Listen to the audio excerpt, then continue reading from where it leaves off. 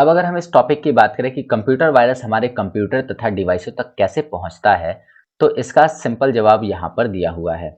इसे हम पढ़ सकते हैं कि आज पूरी दुनिया विश्व नेटवर्क यानी कि इंटरनेट की वजह से आपस में जुड़ा हुआ है।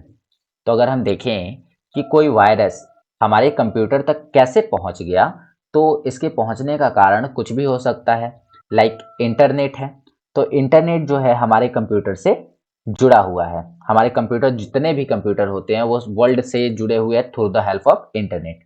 इंटरनेट भी एक नेटवर्क है तथा नेटवर्क से कंप्यूटर में वायरस पहुंचाया जा सकता है।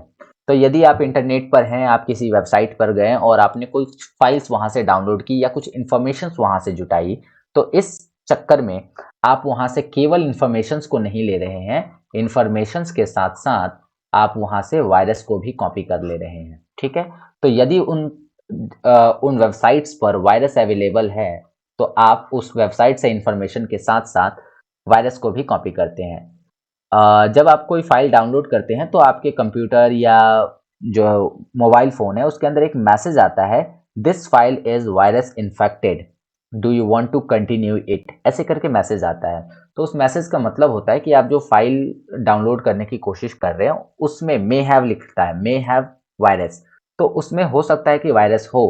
क्या आप इसे कंटिन्यू रखना चाहते हैं? तो आपसे एक वार्निंग मैसेज पूछी जाती है। अगर आप रिस्क लेना चाहते हैं देन आप उसको कंटिन्यू करके उस फाइल को डाउनलोड करते हैं। ठीक है, और यदि उस फाइल के अंदर रियल में वायरस हुआ तो फिर वो आपके कंप्यूटर को या आपके मोबाइल फोन को इन्फेक्ट करता है।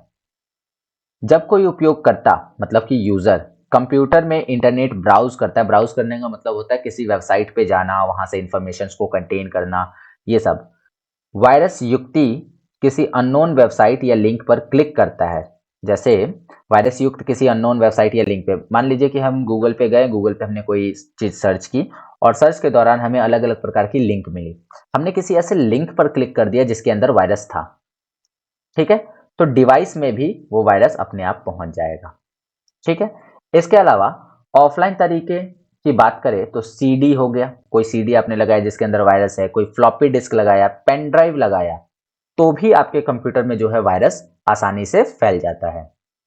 हालांकि वर्तमान समय में फ्लॉपी डिस्क या फ्लॉपी ड्राइव का उपयोग कम किया जाता है, मतलब ना के बराबर हो चुका है। फ्लॉपी ड्राइव अब यूज नहीं हो रहा है, परंतु पेन ड्राइव का इस्तेमाल तो बहुत सारे कामों में है। विंडोज इंस्टॉलेशन, फाइल को ट्रांसफर करना, स्टोर करके रखना, इन सब कार्यों के लिए किया जाता है।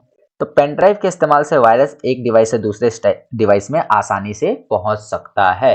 तो आज के डेट में अगर बात करें कि वायरस के स्प्रेड होने का सबसे अहम सोर्स क्या है, तो वो है पेन ड्राइव। तो वो है आपका पेन ड्राइव। अगर पेन ड्राइव आपका वायरस इन्फेक्टेड हुआ तो वो कई सारे सिस्टम्स को वायरस इन्फेक्टेड कर सकता है। ओके, चलिए अब अगर हम बात करें कि डैमेजेस क्या होते हैं इसके, अगर वायरस आपके कंप्यूटर में आ गया तो वो आपके कंप्यूटर को किस प्रकार से डैमेज कर सकता है, तो इसकी हम बात करते हैं। Okay, damage caused by virus, कोई भी वायरस के वजह से क्या डैमेज होती है उसको देखते हैं।